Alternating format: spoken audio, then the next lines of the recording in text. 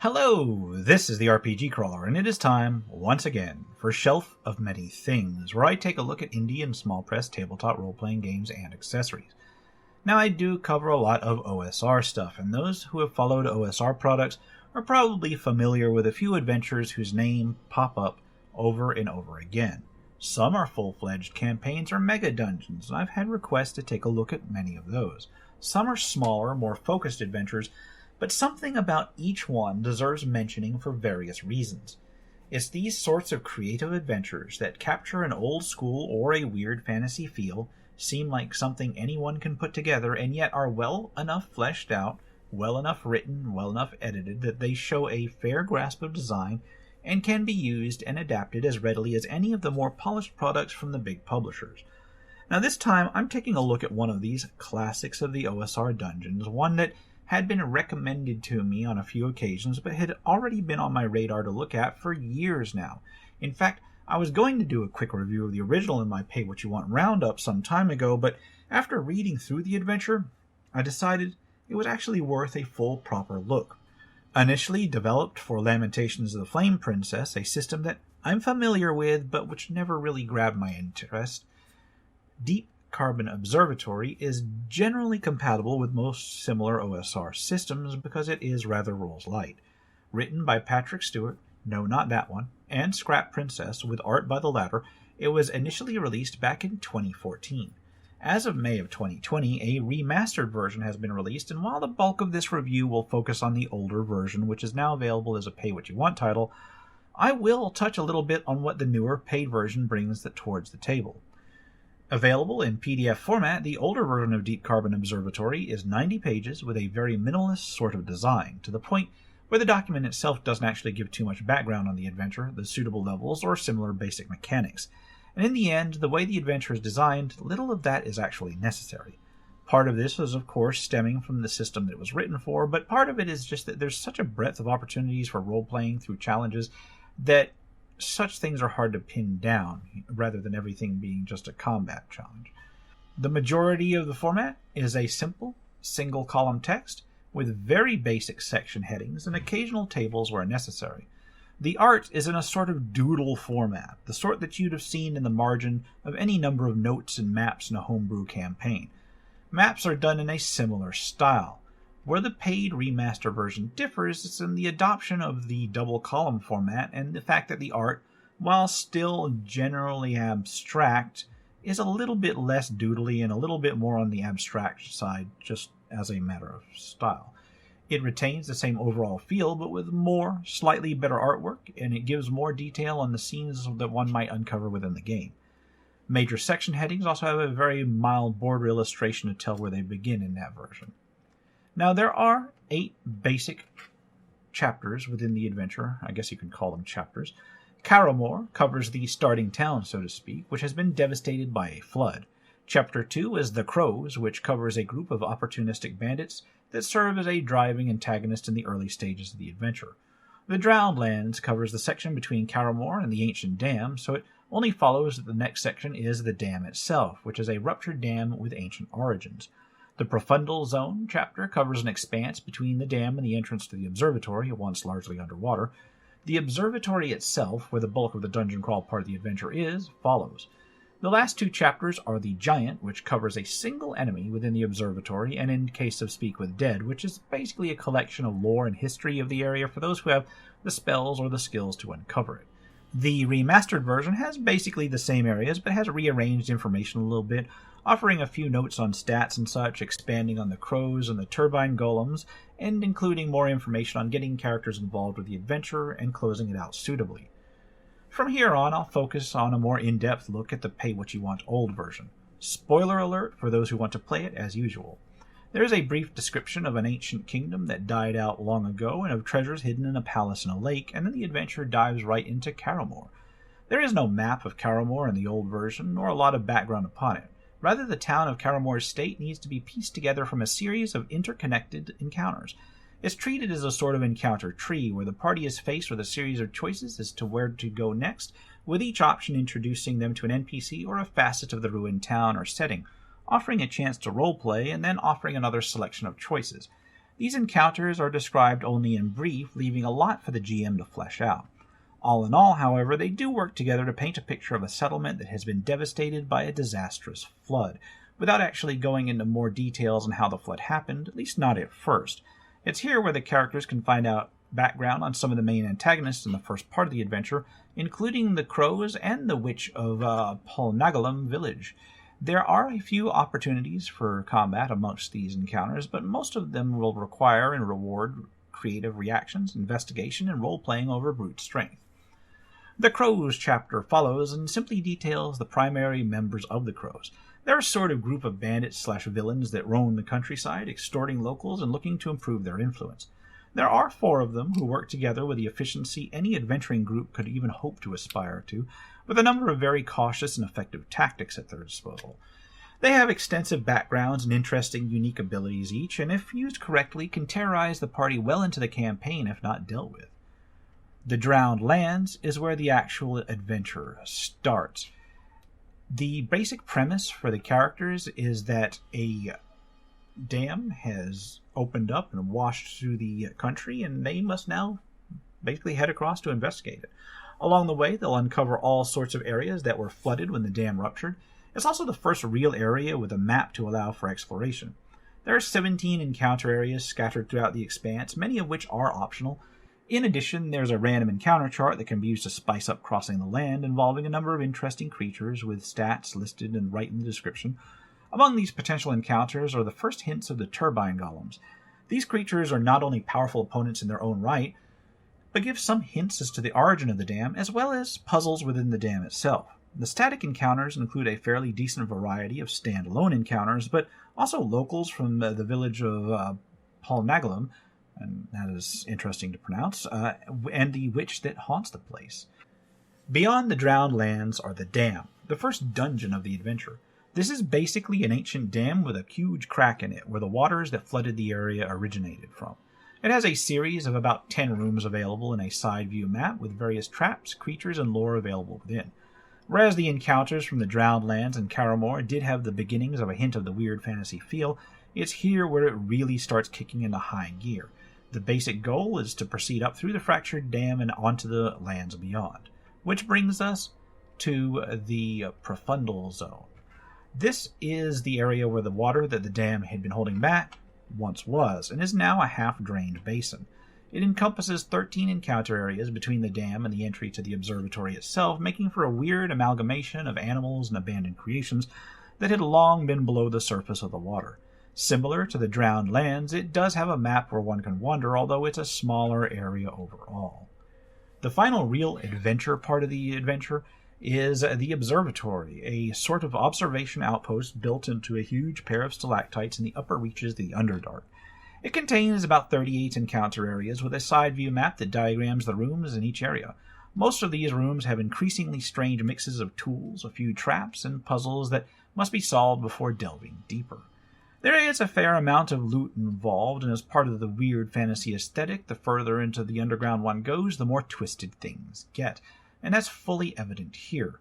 I won't go over every room, of course, but there's some samplings, a room with steps, each of which requires a phrase hidden somewhere else in the observatory to ascend safely, some dehydrated mushroom men that are mostly there for comic relief. There's really odd things, such as an intelligent ooze, people from the elemental plane of poison, strange machines that run off of blood, and books that have strange effects, interdimensional dinosaurs that can hop in and ambush a character that looks at a particular thing, and of course the grand observatory itself that allows one to view distant places throughout the Underdark. While there are some combats and creatures, a lot of those combats don't actually start out hostile, and it's nowhere near as full of such things as you might expect of a classic dungeon. And a lot of this is really due to the giant. The giant has his own little write-up at the end, and is a cartilaginous giant that can creep and squeeze through the corridors of the observatory, even though it drastically dwarfs them. And it will do so, serving as a sort of roving boss for the whole thing. It seeks out the party, seeking to ambush lone members and so forth. The final chapter in the old version after this is the in case of Speak with Dead, and that just offers a basic timeline of the history of the civilizations up to the failure of the dam, and actually proceeds into the future in case the characters don't deal with some of the threats. So, what do I think about Deep Carbon Observatory? I'll be basing my observations on the Pay What You Want Classic version as opposed to the remastered version. In terms of formatting and writing, I find the formatting simplistic but easily navigable. It's exactly as complex as is needed, no more, no less.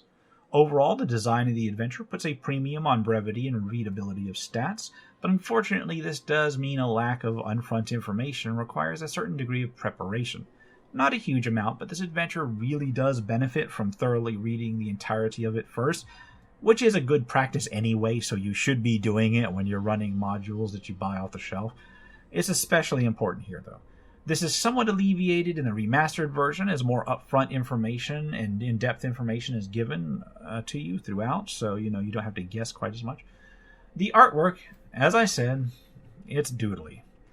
I mean, it gets the point across, and it also very much captures the general look and feel of the people and the creatures that you'd encounter. I honestly felt kind of nostalgic upon seeing it. This is the sort of art that I would scrawl to show what a creature or a place might look like in the margin of my notes or something I wrote back in the day before I ran everything online. Or, as a quickly scrawled indication when somebody at the table asked me to present something on the fly. In retrospect, I guess it's something which my current groups are likely well familiar with because I tend to do that on virtual tabletops as well, at least when they offer a drawing board. It's not a style that's for everyone, but for me it worked well in setting the mood. Again, this is somewhat mitigated in the remastered version where the art still has that sketch look but is more reasonably portrayed, at least giving a veneer of design over the old school doodly look. The writing is exceptional, although the focus on brevity does rear up to bite from time to time. For the most part, the writing adopts a neutral tone in descriptions and events, but from a technical level it does occasionally fall prey to sentence fragmenting and the sort of stream of consciousness writing that grates on me and I've mentioned in other reviews. However, I am willing to give it some leeway in this regard because where those instances do appear, they are usually in a snippet of background or description that merits the allowance of such a choice as an artistic choice, not just a flaw. And even this nitpick is again alleviated in the remastered version, which has slightly more robust presentation in that regard. Statistically, although tailored for one particular OSR system, let's face it, the stats are simple enough that they can be converted to basically any early edition compatible OSR system one might wish. Only combat stats are given, with the rest needing to be derived from descriptions or characterizations, where they may be important. This is actually explicitly noted in the remastered version, although people who use OSR offerings are probably, already well aware of what they need to do. But where the adventure really shines is its presentation of weird fantasy situations that are both spectacular and, let's face it, a bit creepy. From the Witch of Profundal, who must be slain by different means or cannot be killed, the Turbine Golems that represent desperate, dying remnants of an ancient civilization, to the sunken, deceased ancestors of a forgotten lake-dwelling people, the variety of strange encounters depicts this mix of an area plunged into despair by a catastrophe as well as unearthed ancient evils. As far as active antagonists go, however, the Crows and the Giants really merit mentioning.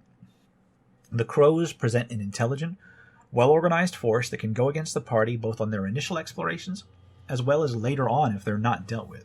The psychotic dwarven ranger Gar Zagoon especially stands out to me, mostly because he reminds me vaguely of a certain dwarven villain that I personally use on my own campaigns, albeit this one has a different archetype and outlook.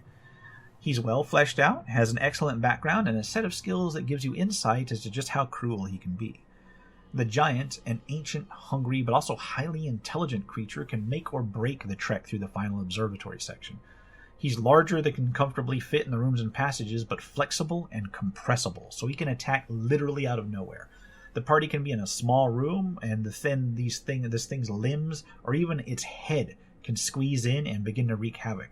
It's actually one of the creepiest final boss-type creatures I've seen in an adventure in any sort of a while, and I can easily see the thing playing a part similar to the alien from the original Alien movie, just haunting the dark corridors grabbing people who get separated and then spiriting them away for an uncertain fate. And if you don't run it right, that's probably going to take a lot of the challenge out of the final dungeon. And I'm not going to mention too much about the Azimuths, an arcane species of moth in the adventure, or the intricate detail that it goes into about them, or the pivotal role they play in the activation of the Observatory itself. What I will mention is that several of the people who strongly recommended that I take a look at this adventure, I know at least 2 or 3 of you know how I feel about moths. You know who you are, okay? Anyway, all in all, Deep Carbon Observatory takes some getting used to. But once one gets used to it, it does flow well. It fits in well with the system it was originally written for, even though I don't particularly favor that system. But it can actually be used with any sort of setting that allows for a hint of science fantasy and weird creepiness, and could do with a pinch of creepy horror behind the strangeness. The flexibility in dealing with the various NPCs and situations at the start of the adventure do make it accessible to a wide variety of character levels, especially if you're playing an old school system that doesn't exactly have a huge level breadth. Add to this the well-developed cast of rival NPCs, the Giant, which I honestly consider to be in the top 5 or so creepiest final bosses I've read about lately, at least if you play it right. And I have to say that I thoroughly enjoyed reading this module, at least most of it. Enough that I'd recommend the remastered version if you have any intention on running it. And if you're strapped for cash, well, the pay what you want version is a good option. Just remember that if you do end up running it, go ahead and toss the author a few bucks. It is well worth it for the entertainment value alone. And on that note, I'm going to wrap it up here. This has been the RPG Crawler with my look at Deep Carbon Observatory. As always, I'll put links to where you can pick it up below. If you like what you've seen, remember to leave a like, comment if you got any feedback, and subscribe for more RPG content with tabletop and computer. Until next time, take care and goodbye. And if you are still watching, I would like to take the opportunity to thank my supporters, the top tiers of which are listed on the screen, without whose support I would not have been able to offer the variety of content that I have on this channel throughout the years. If you're feeling particularly generous and would like to join them, you can support the channel. There are a variety of options to do so. I have a Patreon, a Subscribestar, as well as channel memberships enabled. If you are not in a position to contribute, simply leaving a like, a comment, or sharing my videos are all wonderful ways to help the channel grow without spending a dime, and are all greatly appreciated.